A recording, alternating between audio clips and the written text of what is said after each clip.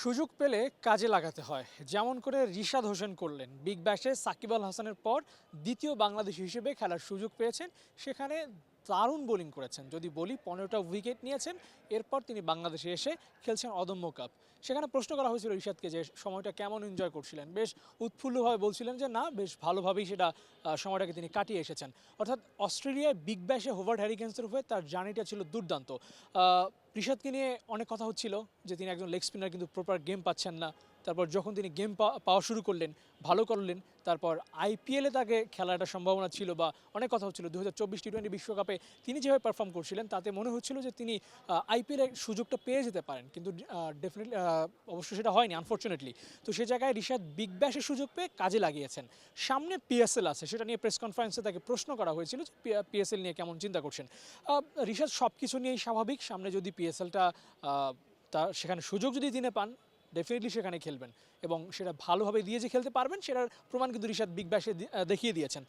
সেখানে তাকে প্রশ্ন করা হয়েছিল যে হাথুরু সিংয়ের সাথে তার দেখা হয়েছে, সেটা নিয়ে কেমন কথা হয়েছে বা হাথুরু তাকে কি বলেছে। তিনি বলছেন যে না, ভালো করতেছো, আরও ভালো করো। যদি আরেকটা ব্যাপার যদি আমি একটু বলি, যে এই হাথুরু সিংহে রিশাদকে সুযোগ দেওয়ার পক্ষে সবচেয়ে বেশি এগিয়েছিলেন বলবো। অন্যান্য অনেক কোচ বাংলাদেশে এসেছে, রাসেল ডমিঙ্গো বলেন, আর অনেক কোচ বাংলাদেশে কোচিং করিয়ে গিয়েছেন, কিন্তু হাথুরু সিংহের মতো কোনো কোচ সেভাবে রিশাদদের মতো লেগ স্পিনারদের নিয়ে কাজ করেছেন কিনা তা নিয়ে কিন্তু সন্দেহ আছে। সে জায়গায় হাথুরু সিংহে রিশাদের এই উন্নতির পেছনে বড় একটা ভূমিকা রেখেছে। প্রশ্নটা অন্য জায়গায়, পিএসএলে যদি রিশাদ সুযোগ পেয়ে যান মুস্তাফিজের মতো, মুস্তাফিজকে লাহোর কালান্দার্স কিনে নিয়েছে, রিশাদকেও হয়তো বা সেদিকেই হাঁটতে পারে, কারণ আমরা অনেক গুঞ্জন শুনেছি যে রিশাদকে পিএসএলের বেশ কয়েকটা দল তাকে চাচ্ছে। সেই সুযোগটা যদি রিশাদ কাজে লাগাতে পারেন বা তাকে যদি ঠিকঠাকভাবে নেওয়া হয়, আমার মনে হয় বা আমরা যেটা তার বোলিংটা যেটা দেখলাম, সেক্ষেত্রে পিএসএলেও তিনি ভালো করতে পারেন।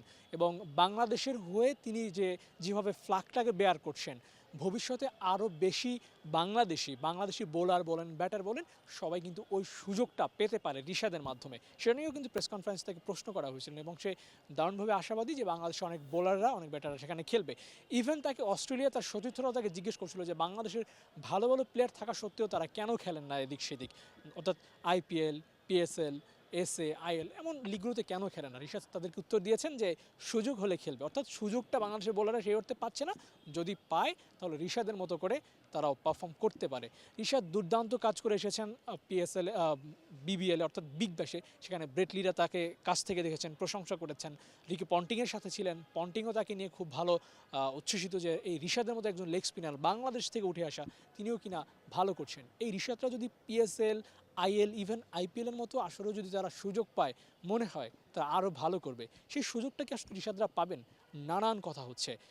আইপিএলে বাংলাদেশের আর খেলতে পারবেন কিনা তা নিয়েও কিন্তু অনেক কথা হচ্ছে, কেননা মুস্তাফিজ ইস্যুরা তার একটা বড় প্রভাব রাখতে পারে। সে জায়গায় রিশাদের জন্য আইপিএল খেলাটা হবে কিনা সেটা সময়ের হাতে তোলা থাকলো। তবে রিশাদরা আইপিএলের মতো টুর্নামেন্টে বা লিগে যদি সুযোগ পান, নিশ্চয়ই ভালো করতে পারবেন। সেটা কিন্তু রিশাদরা করে দেখিয়েছেন বিবিএল অর্থাৎ বিগ ব্যাশে। দেখা যাক পিএসএল সামনে, সেখানে রিশাদ হোসাইনকে কোনো দল ডিরেক্ট সাইনিংয়ে দলে নেয় কিনা, দলে নেওয়ার পর তার ইম্প্যাক্টটা কেমন থাকে। Abu Naim, DBC news, Dhaka.